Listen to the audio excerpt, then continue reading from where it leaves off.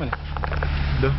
Така, втори рън ще се опитаме да тръгнем с минимално въртене на гуми, защото последния път съм въртял гуми около 8-10 метра. Най-добро сцепление се получава, когато гумата приплъзва леко, дори в завой.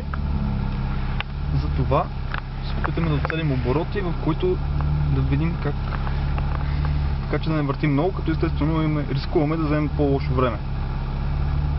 Така, за най-добро тръгване не трябва да форсираме колата, трябва да вземем някакви средни обороти.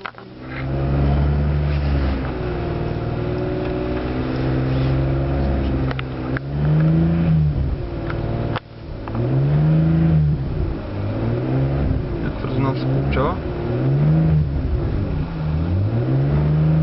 Така, мисля, че до 2000 оборота някъде ще е добре да се тръгне.